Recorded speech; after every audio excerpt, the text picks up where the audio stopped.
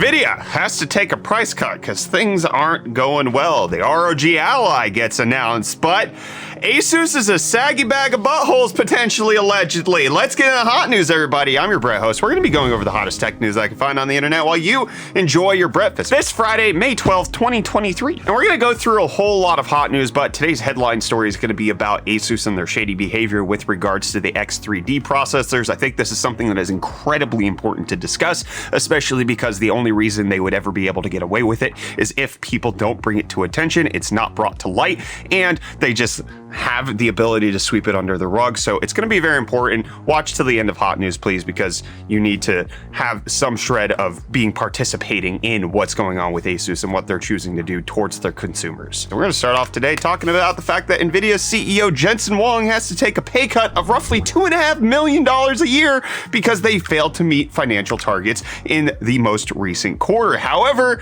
don't cry for him. Do not shed a tear for Jensen, because this man is still worth $26 billion because he is the largest shareholder at NVIDIA with roughly over 3.5% of the shares. But because they had a challenging year with macroeconomic headwinds, channel inventory corrections, COVID-19, and product architecture transitions, that made it so that they didn't hit the numbers that they needed to for him to get his full bonus. So this represents about a 10% loss in his annual compensation, but this man has 86 million shares. He's gonna be all right. Kyler, are you weeping for him? Oh, he's so sad. Don't worry, NVIDIA's gonna come back because they had the crypto mining phase, now they have the AI phase, which is just gonna make it so that their GPUs are propagated everywhere, which is exactly, according to this report from Bloomberg, what is happening with crypto mining farms. They are just transitioning into being AI hardware warehouses where they're gonna make it so that they take all of the GPU power, all of the infrastructure that they built up at a place like Hive Blockchain or Hut 8 mining, and now they're just gonna be for high performance compute and doing AI workloads, especially since Ethereum went proof of stake. You can't necessarily use it for the most profitable ways that it used to be, but now they are raking in tens of millions of dollars because of their HPC service offerings and making it so that the AI business is good to them, with Hut 8 mining themselves making nearly $17 million from this in 2022 before ChatGPT and all of that really took off this year. So it's gonna just remains to be seen how badly this is gonna affect everybody, but GPUs not used for gaming anymore. NVIDIA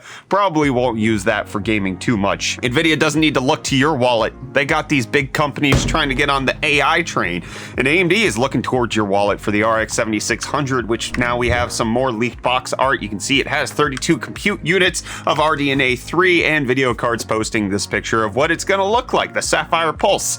It looks like what I would think it would look like. We obviously don't know the pricing of this. We're expecting it to launch on May 25th, a day after NVIDIA officially launches the RTX 4060 Ti, and after I've left for Computex, so I won't be able to get my hands on these physically, but I will be able to just be wondering what's going on in the GPU market. How much does the 7600 need to be for you to be happy? Let me know. But Google wants you to be happy if you have an iPhone, because they want to bring you on over to the Pixel Fold. $1,800 is a tough cookie to swallow, but if you have an iPhone, they're going to give you a decent trade-in price, probably better than anything anybody else is going to give you, because if you have an iPhone 14 Pro with 128 gigs of storage, they're giving you 900 buckaroonies for that, which is only $100 less than what it cost. So if you got the 14 Pro when it came out, used it for the last few months, you're only losing $100 in value to trade in towards the Pixel Fold. They're kind of overpaying for iPhones at this point, is what it appears to be. Even having a trade-in credit of $850 for the 13 Pro, it does seem like they really, really want people to transition on over to this expensive bit of hardware. I'm not gonna do it. I'm more about the I like to afford things side of trains, which is why we have UFD Deals. Yo, welcome back to UFD Deals, bringing the hottest tech deals on the internet. Happy Friday, everyone. Hope you guys have a fantastic weekend planned. I myself might be coming down with the Tears of the Kingdom fever, if you know what I mean. Don't try and bother me. And with that said, let's get on with today's deals, starting with the SteelSeries Arctis Pro wired gaming headset. I love myself some SteelSeries headsets. I use one personally, and at $127.99, this one is currently $52 off. But then moving on, we have the AMD Ryzen 7 7700X. This 8-core socket AM5 CPU is currently going for only $294.99, dropping it under the $300 mark with the included promo code. That's an absolutely fantastic price, bringing your total savings up to $104.01. And last but not least, a little special something something from our friends and channel sponsors Jawa. I'm liking the idea of a Jawa Fridays where I find deals on custom gaming PCs for you guys. And today we're featuring the sleek black build from Texi, featuring an Intel i5-10400 cooled by a Thermalright Assassin X refined air cooler. We also have a Gigabyte B650M micro ATX motherboard and 16 gigs of G-Skill Ripjaw DDR4 RAM running at 3200 MHz at CL16. We also have a 1TB Crucial P2 M.2 SSD and an ASUS TUF Gaming Radeon RX 5700 XT, which is great to see at this price point. Powering all this, we have a 650 watt 80 plus gold power supply and a Deep Cool McCube 110 micro ATX case. This build gets bonus points for having Wi-Fi and Bluetooth capabilities, but we are going to have to dock a couple of points for the no IO shield. At $599.99, I think this is a solid starter build if you want to pick it up for your mum this weekend, you know, or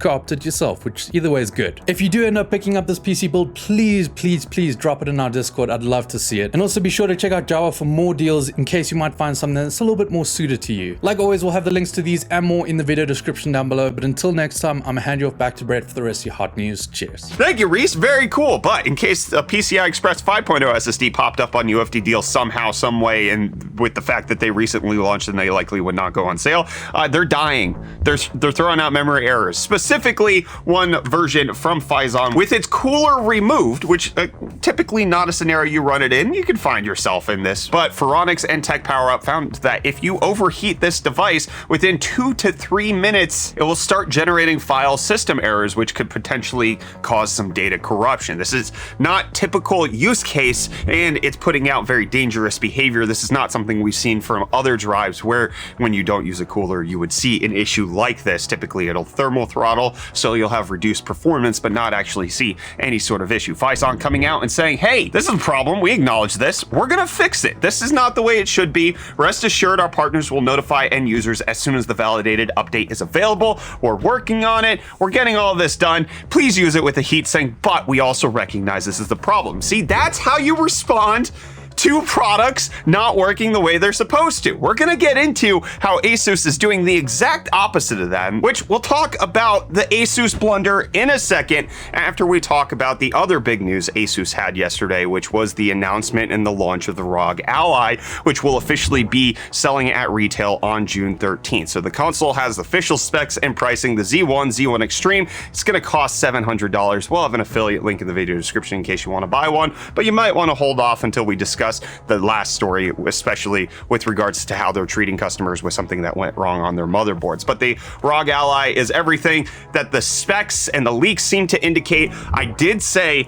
that if it came in at this price point of $699 for the Z1 Extreme, I would give one away. So I have ordered one in order to give it away. No promises that if it breaks, ASUS is going to make you whole. But we also got pricing of the console over in Europe. It does look like it's going to cost about 800 euros. So it looks like it's going to be available in several different markets. Many different YouTubers got their hands on these handhelds for review. You can check out the ones that are listed here on Video Cards Roundup. The one that is very interesting and kind of leads into the last story is Linus's review, which talks about how ASUS specifically lied to them at the pre-launch event, talking about how the ROG Ally should outperform the Steam Deck at certain power profiles, and it absolutely does not do that in all instances. It's a great handheld, at least based on what ASUS is saying about it and based on other reviews we're seeing. Battery life, not going to be so good. Steam Deck still has some major advantages in those ways. But as far as a powerful handheld, the ROG Ally looks like it's going to be there. But again, let's talk about how they're creating a situation where you might not necessarily want to trust ASUS, their brand, and ROG, because Steve from Gamers Nexus dropped this video just an hour before the ROG Ally event, talking about how ASUS's response to their motherboards dying and causing CPUs to die is really anti-consumer and shady in a lot of ways. So I highly encourage that you go watch this 30-minute deep dive, but essentially it breaks down to the start of this video. The BIOS update really plainly spells out, hey, if something goes wrong because of our BIOS, fuck you and fuck your board. So there's a lot of elements that lead into that. That includes ASUS removing BIOS versions that were causing the X3D chips to explode, them changing the details of what BIOS actually supports X3D chips, them also having wrong objective data with regards to SoC voltages that the CPU should be experiencing, it going over 1.4 volts, even when their product page says it should be 1.3. But the worst part is that the actual page where the BIOS is shown says that this is a beta beta BIOS version for this motherboard, but it's the only one that technically supports all of these features working, and then saying that this is being used on an as-is or as-available basis,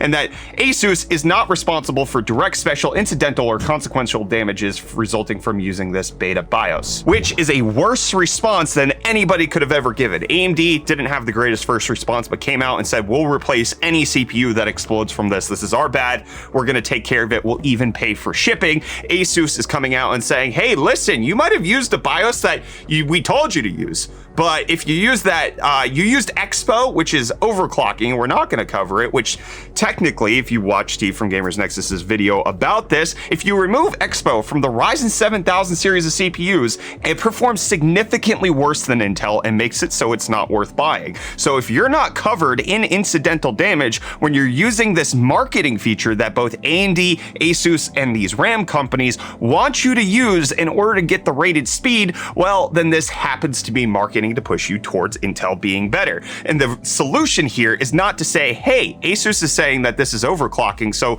screw you, you shouldn't get covered on your warranty, but rather to say, hey, ASUS, you can't both market that this is a feature that people should use in order to get the best performance, sell your motherboards at $700, expect us to not use a very simple enabled feature, and then when you have a system that causes the CPUs to blow up, say that you're not going to cover it because it was technical overclocking, when every single other motherboard manufacturer solved this problem immediately, changed their BIOS so that they weren't actually overvolting the CPUs. For some reason, you can't figure that out, and you're holding the consumer responsible instead of yourselves, and you're not going to pay for it because you just are having a hard time reacting to this. So this is a big problem.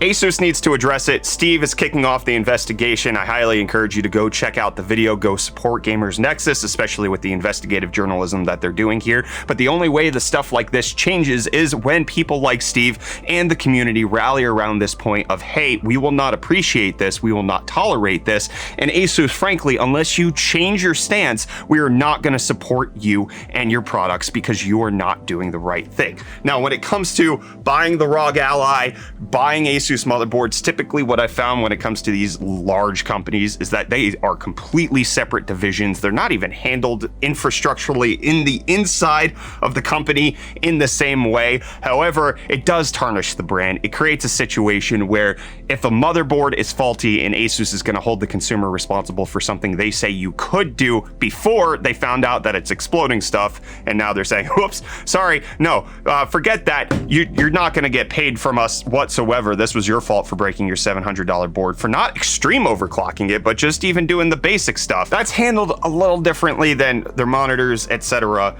But it's bad for the brand. It's a bad idea. It's bad for customers. This is a bad situation overall. Big thanks to Gamers Nexus for covering it. Again, go check out their video, but be aware of this.